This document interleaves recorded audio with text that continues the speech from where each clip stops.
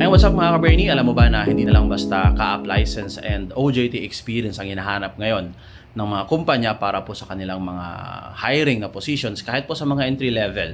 Kung mapapansin po natin mga ka-Bernie, marami ngayon ng mga kumpanya na nagpo-post po ng opening or may mga hiring po na hindi na lang basta OJT experience at ka-app license, mapa-AMT man yan o AMS ang hinahanap nila. Marami na po silang qualifications na kailangan tulad nga po syempre ng mga trainings po, and ito man ay mapa-specific po sa aircraft type o hindi naman kayo yung mga safety related trainings at iba-iba pa po mga trainings syempre. And may na-post na po ako tungkol dito na kung ano po yung mga possible trainings na pwede po natin kunin para makatulong, makadagdag po syempre sa knowledge and experience natin, pati na rin syempre sa credentials po natin. Dahil nga po mataas ang kompetisyon sa industriya natin, marami pong mga aplikante, marami pong graduates, no? Kaya naman mga ka-Bernie, habang tayo po ay naghihintay na tawagan sa mga application po na ipinadala natin, ay mainam po na paghandaan natin ito, i-equip po natin yung sarili natin ng mga trainings. Marami naman po ngayon na nag-o-offer ng mga training po, no?